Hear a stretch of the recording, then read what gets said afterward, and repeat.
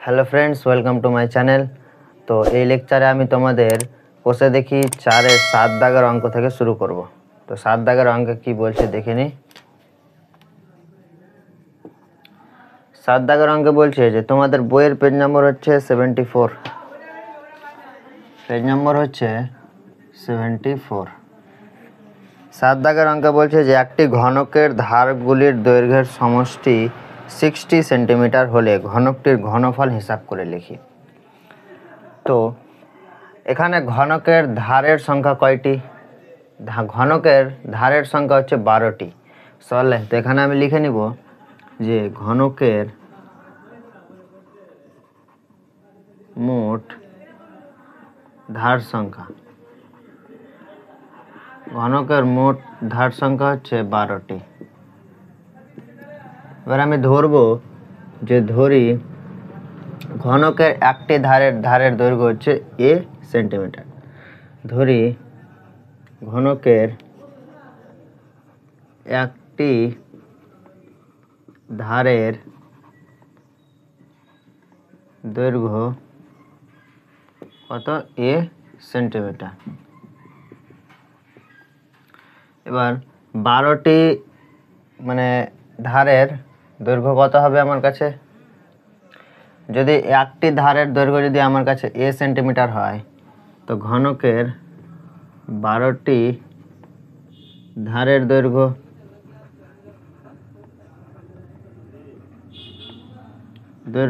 কত হবে আমার কাছে? 12a centimetre. তো এই 12a কার সঙ্গে সমান হবে?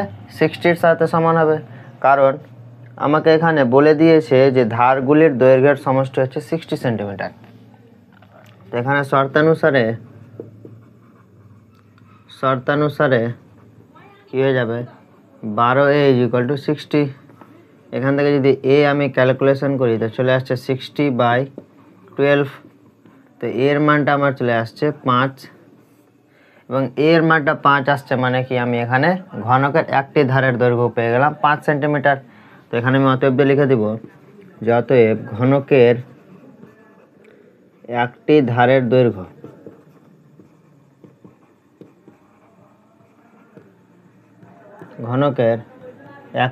দৈর্ঘ্য কত পেলাম? 5 সেন্টিমিটার।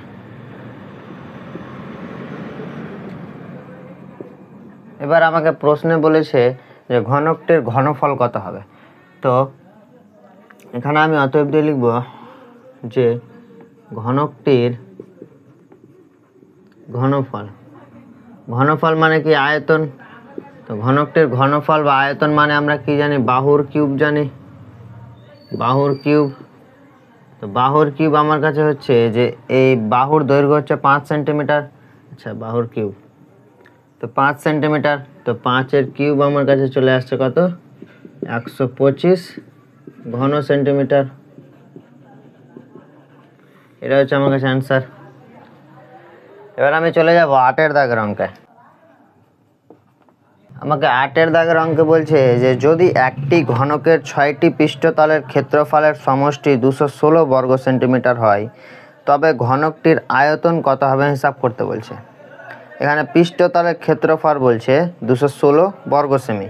তো ঘনকটির আয়তন কত হবে এটা আমাকে হিসাব করতে হবে। তো দেখি হিসাব করে লিখি যে কত আসছে আমার কাছে অ্যান্সার। যেখানে আমি প্রথমে লিখব যে ধরি কি ধরবো? যে ঘনকের বাহুর দৈর্ঘ্য। ধরি ঘনকের বাহুর দৈর্ঘ্য আমি ধরলাম কত? a centimetre. এবার আমি এখানে কি লিখব? যে ঘনকের একটি তলের ক্ষেত্রফল,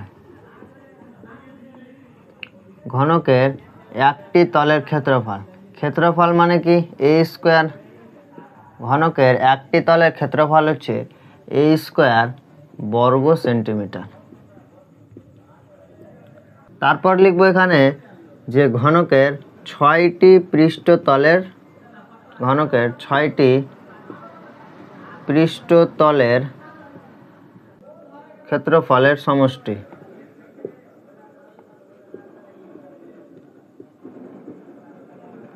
সমষ্টি আমার কত আসবে 6a স্কয়ার বর্গ সেন্টিমিটার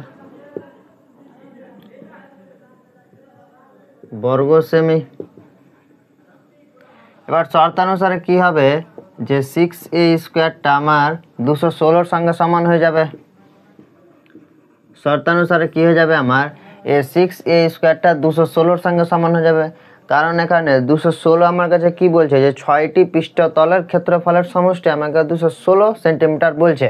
আর এখানে এই পৃষ্ঠতলের ক্ষেত্রফলের সমষ্টি 6a স্কয়ার, এটা হচ্ছে সূত্র। তো 6a স্কয়ারটা কার সঙ্গে সমান হয়ে যাবে 216 সঙ্গে সমান হয়ে যাবে। এখান থেকে যদি a এর মানটা আমি বের করি তো আমার কাছে চলে আসছে 6। a স্কয়ার ইকুয়াল টু এটা যদি কাটাকুটি করে তো চলে আসছে 36। এবার 36 মানে আমরা জানি যে √36। তো √36 মানে আমরা জানি 6 × 6 মানে a এর মানটা আসলো আমার কাছে 6। এবার a এর মানটা 6 মানে কি ঘনকের আমি বাহুর দৈর্ঘ্যটা পেয়ে গেলাম 6 সেন্টিমিটার। এখানে আমাকে কি বলছে যে ঘনকটির আয়তন কত। তো আমি অতএব দিয়ে লিখব যে অতএব ঘনকের বাহুর দৈর্ঘ্য, অতএব ঘনকের বাহুর দৈর্ঘ্য, ঘনকের বাহুর দৈর্ঘ্য আমি কত পেলাম 6 সেন্টিমিটার। এবার আমি আয়তনটা বের করতে পারবো, লিখব অতএব ঘনকের আয়তন ইকুয়াল টু, ঘনকের আয়তন কি জানি যে এই 6 এর কিউব মানে বাহুর কিউব 6 কিউব ঘন সেন্টিমিটার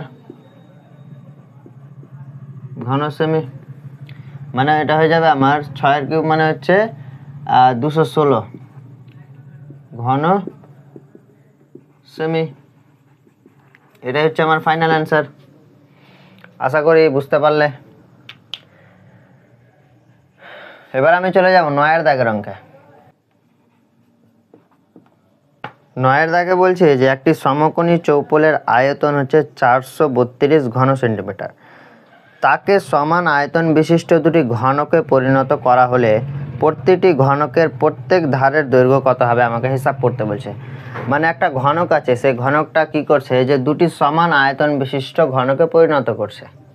মানে এটা যদি আমার কাছে একটা ঘনক হয়, এটা আমি ধরে নিলাম এটা একটা ঘনক, এই ঘনকটা কি করছে যে দুটি সমান আয়তন বিশিষ্ট ঘনকে পরিণত করছে। এটা একটা আর একটা, তাহলে দুটি সমান আয়তন বিশিষ্ট ঘনকে পরিণত করছে এবং আমাকে কি করতে বলছে যে প্রত্যেকটি ঘনকের কি বলছে ধারের দৈর্ঘ্য আমাকে জিজ্ঞেস করছে। এই প্রত্যেকটি ঘনকের কি বলছে ধারের দৈর্ঘ্যগুলো আমাকে জিজ্ঞেস করছে। তো চলো বের করি। আগে আমার কি দেওয়া আছে ওগুলো আমি লিখে নিব। যে দেওয়া আছে, কি দেওয়া আছে, দেওয়া আছে সমকোণী চৌপলের বা আয়তঘনের, সমকোণী চৌপলের আয়তন কত দেওয়া আছে 432 ঘন সেমি, এটা আমার কাছে দেওয়া আছে। এবার এই সমকোণী চৌপলের আয়তনটা কি হচ্ছে যে দুটি সমান আয়তন বিশিষ্ট ঘনকে পরিণত হচ্ছে। তো এখানে আমি লিখব যে সমকোণী চৌপলের আয়তন ইকুয়াল টু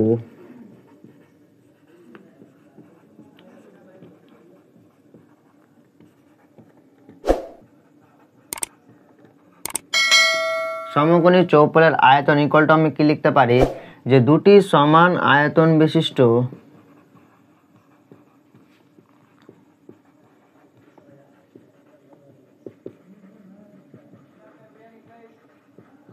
দুটি সমান আয়তন বিশিষ্ট ঘনক, এটা আমি লিখতে পারি। এবার নিচে লিখব যে প্রত্যেকটি ঘনকের আয়তন, প্রত্যেকটি ঘনকের আয়তন।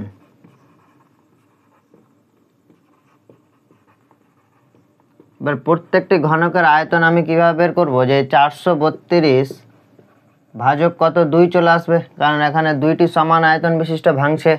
তো ভাজক 2 কত আসবে ঘন সেমি, ঘন সেমি। এটা যদি আমি ভাঙি তো আমার চলে আসছে 2 দিয়ে 4 16 দিয়ে 32 216 ঘন সেন্টিমিটার।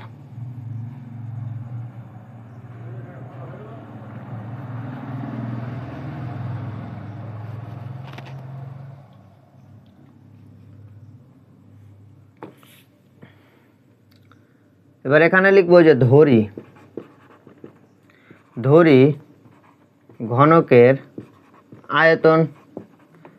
তো ঘনকের আয়তন আমার কত, a কিউব ঘন সেমি, a কিউব ঘন সেমি। তো a কিউবটা কি হয়ে যাবে, 216 সঙ্গে সমান হয়ে যাবে।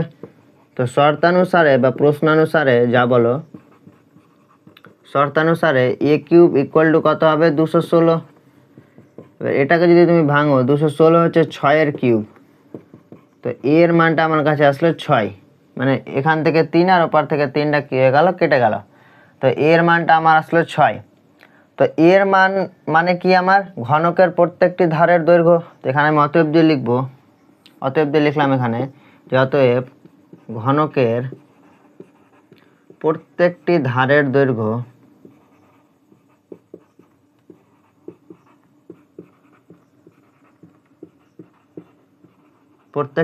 দৈর্ঘ্য কত, আমার 6 সেন্টিমিটার। এটা হচ্ছে আমার অ্যান্সার। এবার 10-এর দাগের অঙ্কে বলছে যে একটি ঘনকের প্রতিটি বাহুকে 50% কমানো হলো। তো মূল ঘনক ও পরিবর্তিত ঘনকের ঘনফলের অনুপাত কত হবে।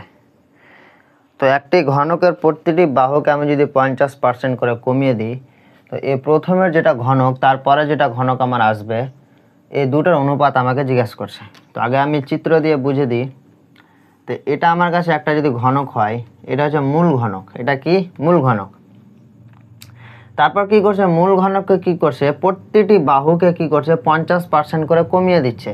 মানে এই বাহুটাকে 50% কমিয়ে দিল, এই বাহুটাকে 50% কমিয়ে দিল, এই বাহুটাকে 50% কমিয়ে দিল, আর এই বাহুটাকে কমিয়ে দিল 50%। এবার 50% কমিয়ে দেওয়ার পর যেটা আমার কাছে ঘনক থাকবে, এটা হয়ে গেল আমার কাছে একটা ঘনক, ছোট ঘনক। এই মূল ঘনকের আয়তন আর পরিবর্তিত ঘনকের আয়তন, মানে যেটা আমার কাছে আসলো, এই ঘনকের আয়তন আর মূল ঘনকের আয়তনের অনুপাতটা আমাকে জিজ্ঞাসা করছে কত আসবে। এই অনুপাতটা আমাকে জিজ্ঞাসা করছে কত আসবে। তো এবার আমি এখানে কি লিখবো, যে কি ধরবো, যে মূল ঘনকের বাহুর দৈর্ঘ্য, মূল ঘনকের বাহুর দৈর্ঘ্য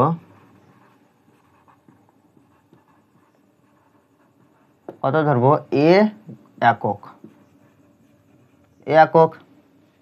এবার এই বাহুর দৈর্ঘ্যটাকে কি করছে, যে 50% কমিয়ে দিচ্ছে। তো এখানে লিখবো যে ঘনকের প্রতিটি বাহুকে,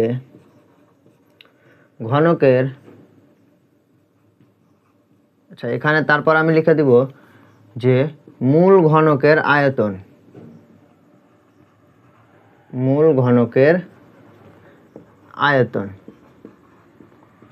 তো মূল ঘনকের আয়তন আমার কত আসবে, a কিউব ঘন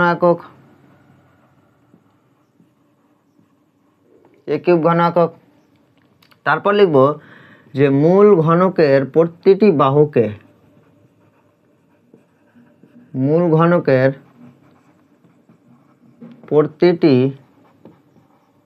বাহুকে, 50% কমানো হলে পরিবর্তিত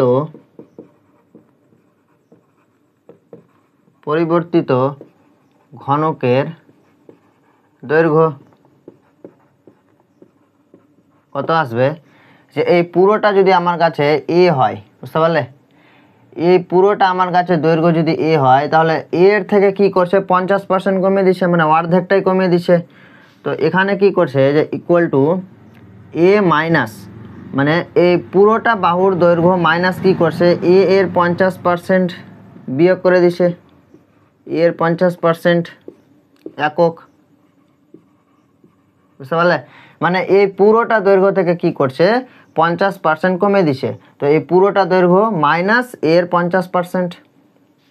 এবার a মাইনাস এর 50% মানে কি 50/100, পার্সেন্টেজ মানে হচ্ছে 100। এবার এটা যদি কাটাকুটি করে 50/100 একক। এবার এটা আমার আসবে a মাইনাস a/2 একক। এবার a মাইনাস a/2 মানে হচ্ছে আমার a/2 একক। এটা কি আমার আসলো, যে পরিবর্তিত ঘনকের দৈর্ঘ্য আমার আসলো a/2 একক। এবার আমাকে বলছে যে মূল ঘনকের আয়তন আর পরিবর্তিত ঘনকের আয়তনের অনুপাত। তো পরিবর্তিত ঘনকের আয়তনটা বের করি, যে অতএব পরিবর্তিত ঘনকের আয়তন। তো পরিবর্তিত ঘনকের আয়তন মানে কি, a/2 তার হোল কিউব। আয়তন মানে কি, টু দি পাওয়ার কিউব চলে আসবে। তো a/2 তার হোল কিউব ঘন একক। তো a/2 তার হোল কিউব মানে হচ্ছে আমার কাছে a³/8 ঘন একক।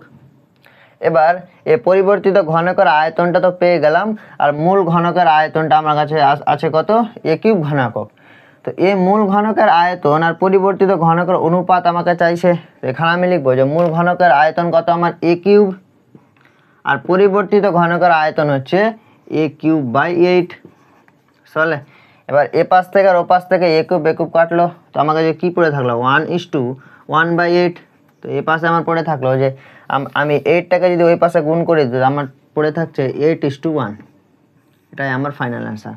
এবার তোমরা এটি করার আগে উপরে অতএব দিয়ে লিখে নিবে যে মূল ঘনকের আয়তন অনুপাত পরিবর্তিত ঘনকের আয়তন ইকুয়াল টু, এটি লিখবে তারপর এটি করবে তোমরা। আমি আর লিখলাম না, টাইম লস হয়ে যাবে। বুঝলে? তো এটাই আমার মানে অ্যান্সার চলে আসলো 8:1। আশা করছি বুঝতে পারলে। তোমরা একবার কি করবে, উত্তরগুলো মিলিয়ে নেবে। তো আজকে এতটুকুই। আশা করছি ভিডিওটা ভালো লেগেছে এবং প্রত্যেকটা অঙ্ক মনোযোগ সহকারে দেখেছো। তো দেখা হবে এর পরের ভিডিওতে। সবাই ভালো থেকো, সুস্থ থেকো। Thank you.